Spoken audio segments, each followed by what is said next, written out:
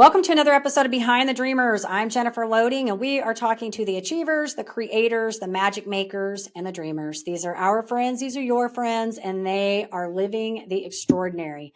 Well, I'm so excited about my guest today, not because of what happened to her, but because of what happened in the aftermath of this. And so she faced a near-death experience in 2018 during a severe motor vehicle accident.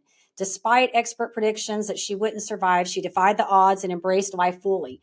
Fast forward to June 1st of 2023, when she achieved an extraordinary feat by summiting Mount Logan, becoming the first woman in history to conquer the 7-second summits.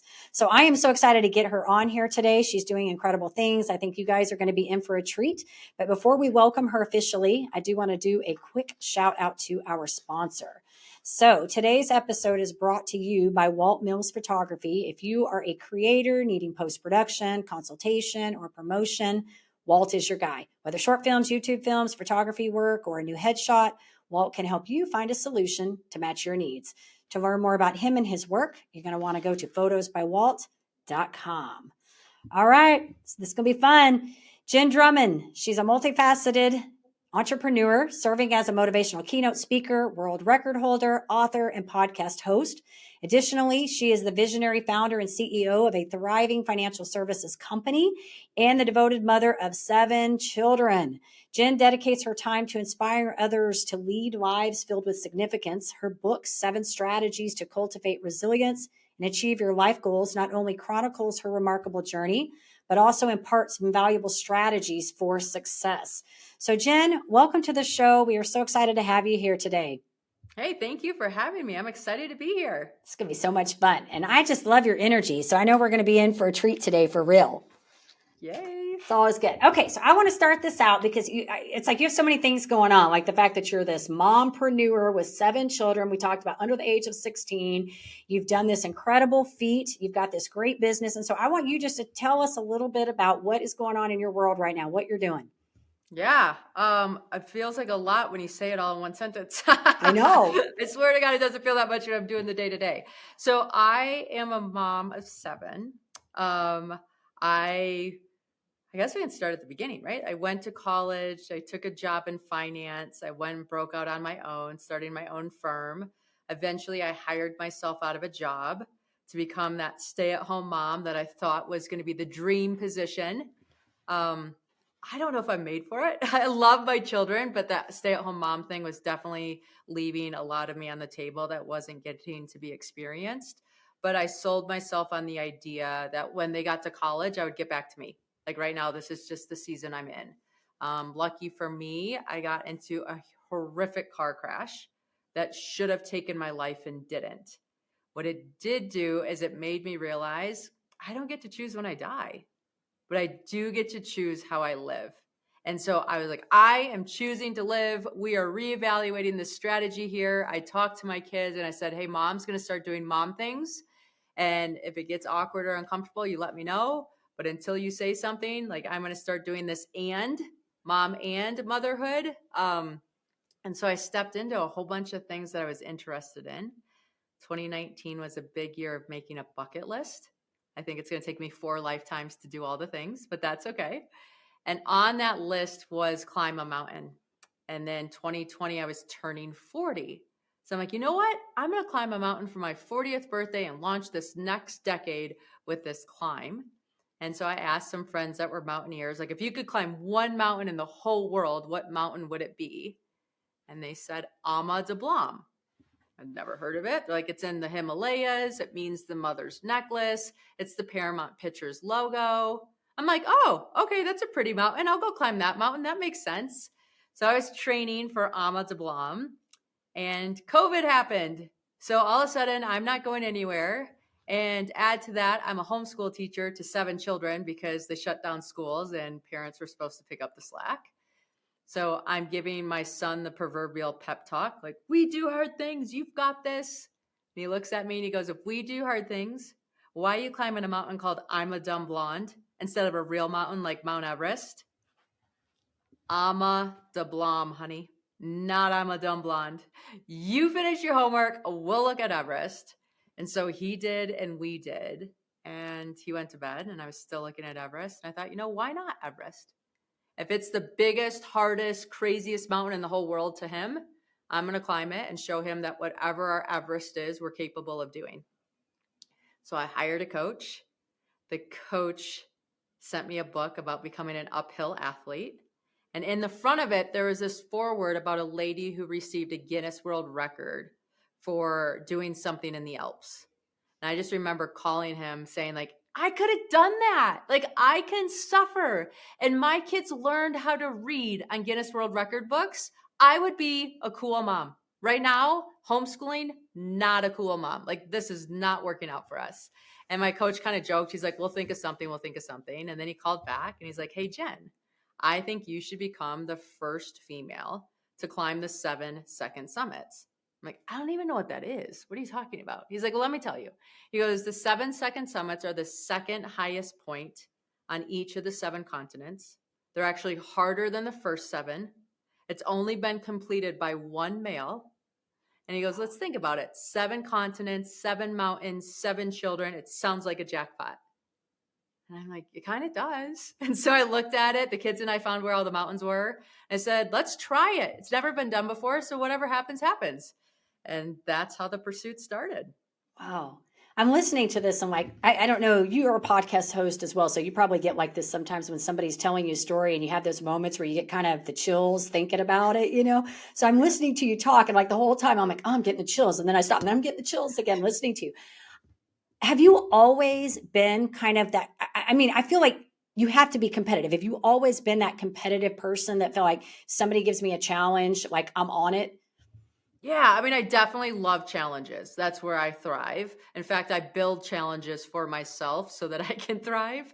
But there's a difference before the accident and after the accident and how I approached challenges. So I would say before the accident, I was successful because I was so afraid of not being. I was trying to out hustle and outrun and outdo fear. It's good. And then once I had the accident, I'm like, what am I afraid of? Like, the only thing I need to be afraid of is not being able to get all the things in during this lifetime that I want to do. Yeah. And so then all of a sudden, everything that I was like challenged about or looking at was more of, I want to have that experience. I don't even care if I win. I just want to know what it feels like or what it looks like or how it like smells or how it tastes. I remember getting a phone call a few weeks after the accident from the principal's office. And the principal called me and he said my son was, not behaving in school. And he went to hang up and he's like, before I hang up, he goes, I just want to let you know, like, are you okay? Because you don't sound disappointed. You actually sound kind of excited that I called. And I'm just like a little confused. And I said, you want to know what? I am so excited you called. Not for the reason that you called, right? Like, I'm sorry my son was being a turd in the classroom. Like, I'll talk to him about it. But I almost wasn't here to have this experience. Like, I almost never was here to have this call. And so all of a sudden, like, right and wrong really became obsolete. And it was just more like, what do we get to experience? What do we get to have? What are these relationships we build? What are these places we go see? What are the communities and how do they it flipped everything. Yeah. Yeah. Well, in listening to you talk about this, like, I don't even want to get into my story, but there's parts of that I can hear that, like I can feel that because I was in a pretty bad car accident, nothing like what yours had. But at the time that this had happened, I had gotten right before this, or around, actually not before, because the car accident happened before this. But during this time, I was going through a medical thing that sort of like I went into the dentist one day. I come out 5 months later. I'm diagnosed with a rare nerve condition in my face. And I spent 4 years dealing with that. And I talk about it in my book. But here, to kind of fast forward through all that, it was like 4 years of hell in my life. Like, it's a call to suicide disease. It's extremely painful. And at that time, my kids were 16, 12, and 8. So I was that mother that was running a business. I was the PTA mom, the homeroom mom, the field trip mom, doing all the things and running a business. And I miraculously, because I made a decision to change the course of that direction. Like, I knew I couldn't stay on medication for the rest of my life. I wasn't going to do it. I knew that I couldn't continue living the way I was living. I made a decision to work on figuring out how to reverse that. And I did. Wow. But this is where this is where I can feel what you're talking about. Because when I came out on the other side of that, I sort of say, I tell people I had this new lease on life. Like I looked at things very, very differently. And so instead of looking at things and going like, what's the bad that can happen here and trying to run from things, it was more of like, I have an opportunity to do something. I'm a little bit scared, but if I really want to do this, then I need to do it because our time here is short and we should be making those decisions that we want to do and living a little less fearful, right? And so when I hear you say that, that's the part I can like, I never like to say I know how somebody feels, but I can feel that energy coming across. You can feel it in your own. And every time I talk to people that have had those kinds of experience, like I met a guy the other day, I didn't meet him, I know him. He's coming on my show and he has terminal cancer. Fit guy, runner, plays tennis. Like he has this rare form of lung cancer or never has smoked, never done anything. But I talked to him the other day and he said, I've gone through the whole, oh crap, this is the end. And he's like, I'm living my life now and I'm having the happiest year of my life because I'm doing things that I want to do and I'm not saying no to things. I'm just living. And I'm like listening to this and I'm like, wow, like I can get what he's saying because when you come on that other side, it's like you've got something different. Yeah. It's tragic that you have to go through that. But on the other side of that, you look and go, it's a blessing because in some ways it showed me a different way to view life. Oh, 1,000%. It was the line in the sand. And I can joke about mine because of how it ended up, but I got a new lease on life. I got a new car. And the only damage I had was from the seatbelt. It ruptured my breast implants. So I got new boobs. I'm like, what more does a girl my age desire? I mean, life is good. That's so great. That's so great. Well, I am totally impressed. And what I really would love to know from you is like, because I think this is a good thing because I've talked to a lot of athletes and I always love talking to athletes because I think there's so many parallels in how we view athleticism and the things that we do and how we transfer that over into our businesses as entrepreneurs, right? There's so much to that. So I would really love to know from your perspective, like how you tackle these challenges, like how you go into this mindset, and what that looks like for you.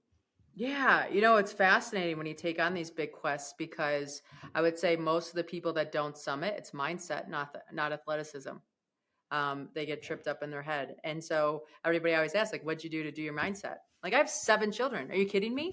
My mindset is ironclad at this point. I couldn't have had better training than the humans that I brought into this world. So we're pretty good there. I would say there's been so much that I've learned from the mountains that I apply to my everyday life. That's why I wrote the book Break Proof, right? And the reason why I picked that title was because I think you either take a break and you're being proactive or something breaks in your life and then you're in that mess of that break and you have to decide like, how do I put these pieces back together? And is this even the thing that I want to climb? Is this the mountain I want to put my flag on? Or is this break showing me another way and I can go a different direction? So I take people on the expeditions and let them kind of feel the experience that I had. And then I hone in on the different lessons and then hope they can figure out how to apply them to their own lives. But one of the examples that sticks out to me is when I went to go climb Everest, which isn't even one of the 7-second summits. I climbed Everest because of the bet from my son, and I used it as training ground for K2. Well, my story was, I can't go climb Everest. I have 7 kids at home. I've never been away from home for more than 6 days. I'm going to be gone for 3 weeks. Like, this is going to be a nightmare. Like, I need to wait and da-da-da-da-da. And then I said, well, I'm climbing Everest. So now instead of believing all these things that are working against me, I need to start finding the flip of that story and figure out what's working for me. So I set up care at home and had my mom come in and all this other kind of stuff.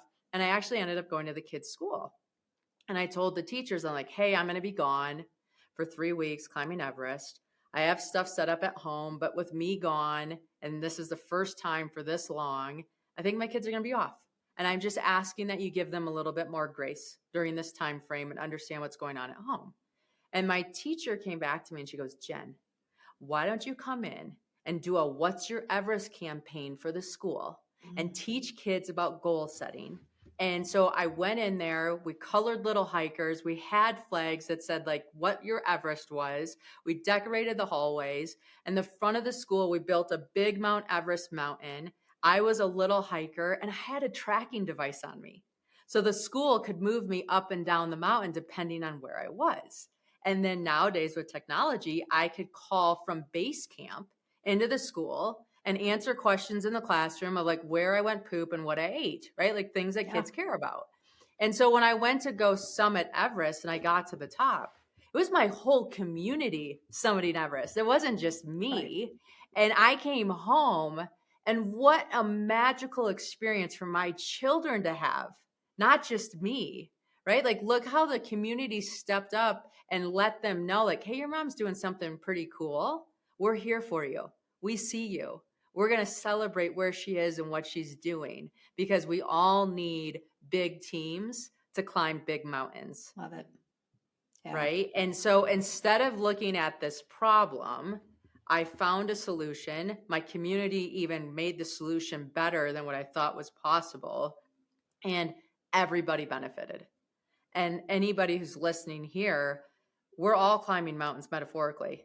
Right. And the bigger the mountain you're climbing, the bigger the team that you need to make that happen.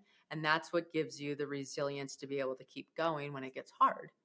And so I just encourage you to stop, take a break, and say, hey, if I'm running into a hard time right now, who else can I include on this journey to make it easier for all of us? Yeah, it's good. And I'm listening to this and I'm thinking, like just having that, it's almost like having that accountability partner, right? You bring people in. So now you don't want to let people down, right? Like you don't want to let the kids down. You don't want to let the community down. They're looking at you to do this. Wow.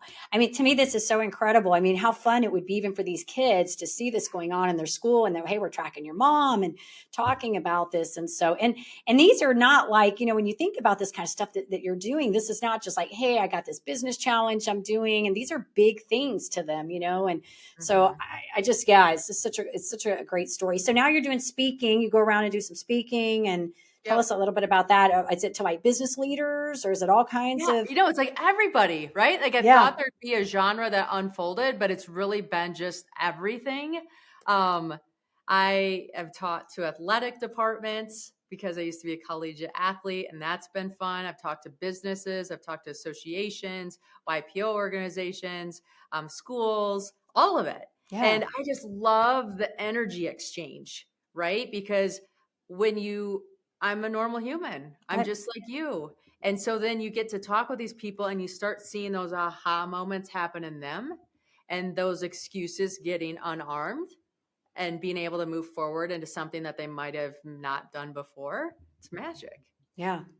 Well, and I want to back up even to what you were talking about a few minutes ago when you said that the people that didn't summit, it was all mindset. And it's so funny because I was thinking about, so I told you my husband's an endurance athlete and I was a runner. I still run. I don't run like I used to, but it's so funny because we would go out and we'd run these races almost every single weekend. We would go and do like a half marathon on Saturday, turn around and do another one on Sunday or run a 5K. My husband did some where he ran 3 marathons, like did a Friday, Saturday, and Sunday, and actually 4. It was like from Friday to Monday over a weekend holiday and did a marathon every single day during that time.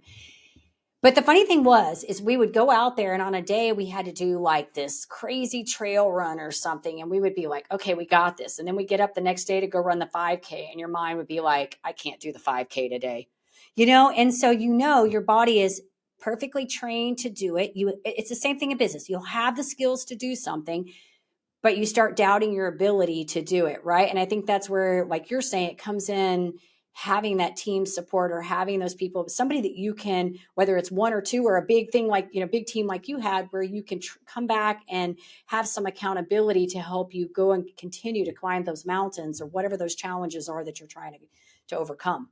Oh, definitely. And I think it's also understanding yourself at the big picture level. Yeah. So I didn't summit all the mountains the first time I tried. Sure. Right. 2 of them I failed the first time and had to go back the second time.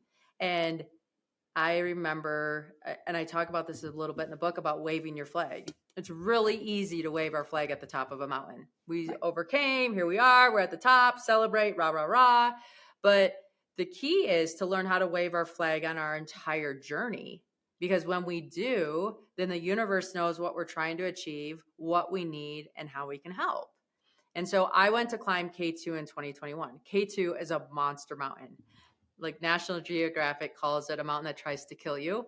I agree. Feels like I'm playing Frogger going up that thing. But when I was on it in 2021, a teammate below me on the mountain got caught in an avalanche. One got hurt and one passed away. And so we got the radio call and we had a choice. Do we want to continue going up the mountain? Do I want to join another team? Do I want to come back down? And I remember being presented the options. I'm like, how are some of these things even options? I'm going back down to take care of my team. Like, that's what I'm here for. So I flew back to the United States and my kids came home from camp a couple days later. And of course they're like, Mom, did you summit? I said, no, I didn't, but I had success. And they looked at me confused. They're like, what do you mean? Okay, hey, when you do life, you're going to have opportunities to summit the mountain all the time. But I'm telling you, who you show up as a person is going to be way more important than anything that you achieve. And you need to make sure that you're always putting people over peaks. And I had this example happen so that I had this teaching moment to share with you. And they're like, oh, okay. Sounds good. Well, the crazy thing is that I'm training to go back to K2. And of course, I'm devastated on a handful of levels. And now I know I'm going to getting into and all the money and all the time and all the things. But so I go back. It's about 3 weeks before it's time to leave for K2 in 2022. And I get a phone call. And the phone call is, hey, Jen, there's a Pakistani that's trying to climb their country's prized peak. And they don't have the resources to make it happen. And it would be life-changing. Do you think you can help? Like 100% I can help. So I flew back. I summited K2 in 2022. And 30 minutes later, the person that I sponsored got to the top of their country's prize peak. And I came home and I told my kids, I go, sometimes we have obstacles and setbacks that make us want to quit. But I'm going to challenge you to think that maybe you're still on the climb and the universe just has a bigger thing in store for you and ways that you can participate and help others. Yeah. And that's what happened to me in this story. And I share that story because having stories like these on speed dial in our own lives is when we get into these hard parts. So when these things happen, it gives us a moment to say, oh, wait, I have had success here before, and this is what it looked like. This just must be that in a different realm. Yeah, it's good. It's good. Yeah. I like it. Good stuff, Jen. I love it. Yeah. Love it. So let's talk a little bit real quick about your book, your podcast, because you've got that going on. I did get to listen to some of your podcasts, like what you're doing over there. So share a little bit with us because some of our audience may want to get the book. They may want to plug into the podcast and follow you and all that good stuff. Yeah. So buy the book, please. It's in pre-sale right now. It's called Break Proof: 7 Strategies to Build Resilience and Achieve Your Life Goals. And pre-order, you'll get a bunch of freebies on some resilience habits that I use that have led to my success. And I just think of who I was before the accident and all the amazing things that have happened in the last 5 years. And if I can help anybody else out there to become break-proof in their pursuit, I can't imagine the ripple effects that benefit all of us. So that's what I'm hoping happens. I have a podcast, Seek Your Summit. I absolutely love podcasting. Don't you love it? Yeah, it's fun. I do. I love meeting the people. The people, right? Yeah. I'm like, I don't even care if no one listens. Like, these people that I meet are fantastic humans that I would have never met otherwise. Right. So I love the people. I really focus on moving from success to significance. Because I think all of us have success at some point, and then we're always going to be chasing the mountain. Right. But when you can find significance in your journey, then it makes those summits that much more sweet. So I share stories from people who are doing both success and significance. And I run challenges because that's what helps me be a better human. So I have one coming up soon. That's the parenting challenge. It's a 40-day challenge that I ran for myself before I left on expedition. And it was just 40 days of connecting with my kids, different creative ways that allowed me to check the box that day instead of always coming up with ideas.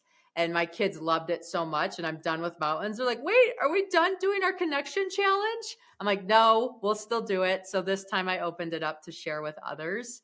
And then I also run an Everest challenge. So I had friends that went back to Everest because they didn't summit the year that I did. And I'm like, I wanted to go back so bad. So I built a challenge where you can climb Everest from the comfort of your home. And I run that one about every 40 days just because it's so fun to do with people.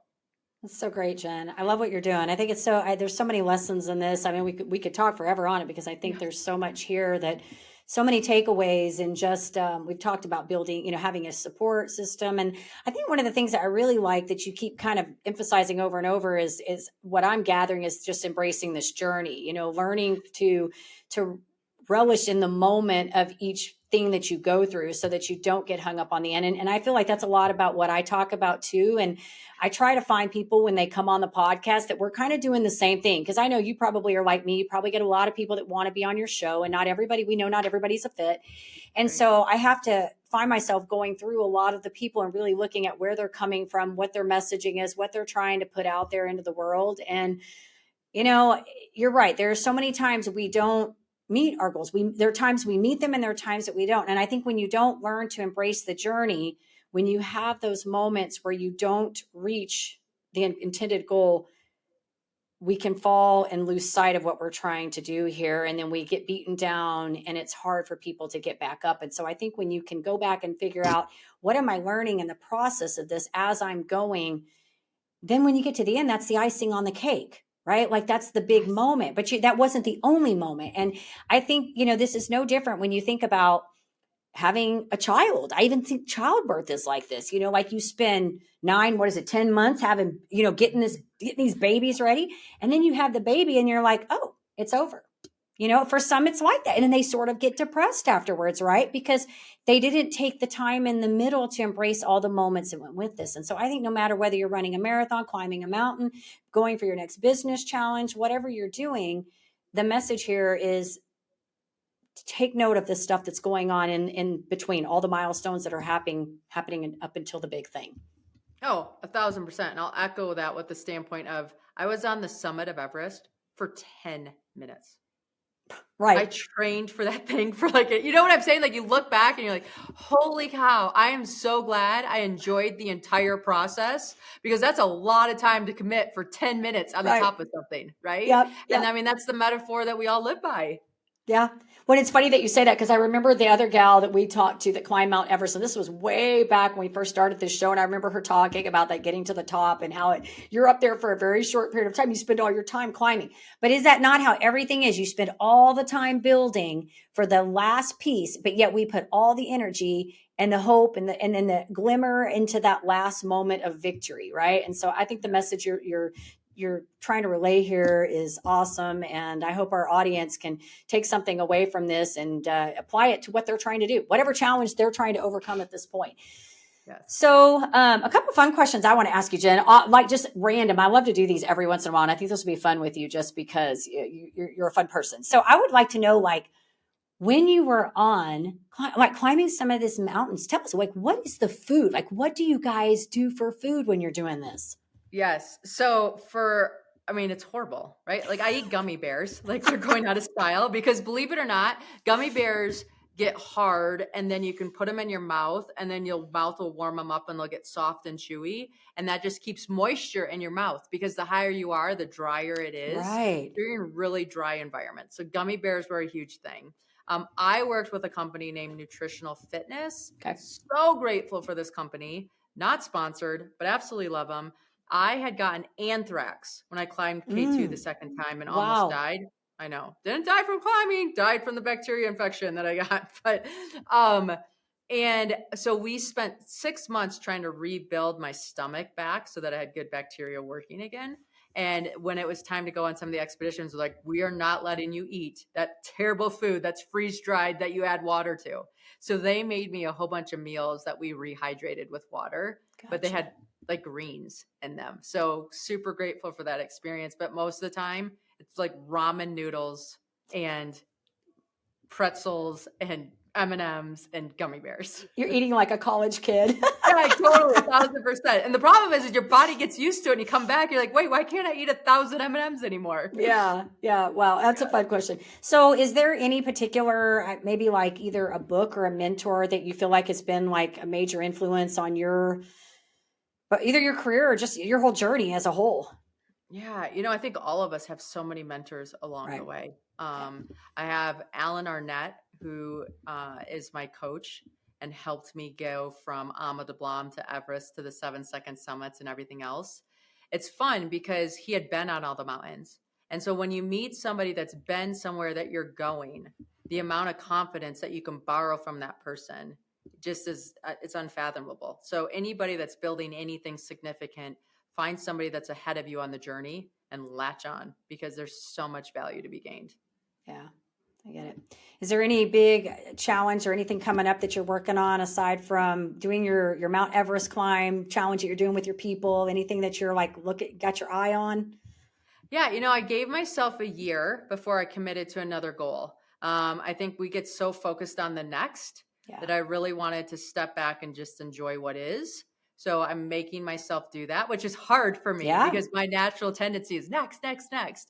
But I'm actually enjoying it, right? I'm kind of glad that I haven't. I've had a few opportunities show up. Some of them sound pretty exciting. I am going to take 3 of my boys climbing in Africa over February break. So we're going to volunteer over there and do a climb, and I'm excited about that. Oh, that sounds amazing. So fun. So fun. Okay. One last fun question I want to ask you. Okay. This is just a random, I want to know, like, aside from the gummy bears or whatever you had when you were in the climbing the mountain, because now you're back, what is your like one guilty pleasure food that you absolutely love? Oh, we have this family birthday cake. So it's a family recipe. Every birthday, it's the same cake, and we get cake for breakfast. And I have 7 kids, so we have like a birthday every month, right? But you're just like, okay, whose birthday's next? I'm hungry for this cake, and I don't want to just bake it for the sake of baking it. We need a birthday. So I'm excited about the birthday cake. Awesome. Awesome. Jen, well, this has been amazing. I'm excited about what you're doing. I want to tell you, thank you so much for sharing on here. And I hope that you continue to do whatever you feel like you need to do, because you're an inspiration. And I think that it's cool when we can see people like you that are doing amazing things and be an example for others out there. So if our audience wants to catch up with you, maybe they want to get the book, they want to follow you, they want to check out the podcast, where do we want to send them? Yes. So go to jenndrummond.com. That's 2 N's in Jen. They'll have links to the book. It'll have all the challenges. It has all my social media handles. So whatever is your favorite platform, reach me there, say hello, let's connect. And thanks for sharing my time today. Absolutely. We'll make sure too, Jen, when this goes out, I'll make sure you get tagged and all the good stuff and they know where to go to find you. You're not hard. I mean, we can look you up pretty easily. It's amazing. We just have to go Jenn Drummond. There she is. She'll come right up. So this has been great. I want to tell you, thank you so much for your time. I know you're a busy mom and you got all these things going on, but thank you for your time and sharing with our audience. We totally appreciate you. Yeah, thank you. Take care. Absolutely. And to our audience, of course, we do want to say, if you enjoy the show, please be sure you go check us out on Apple, give us a review over there, hit that subscribe button on YouTube so we can keep sharing all these amazing stories. And with that, I do want to say, in order to live the extraordinary, you must start, and every start begins with a decision. You guys take care, be safe, be kind to one another, and we will see you next time.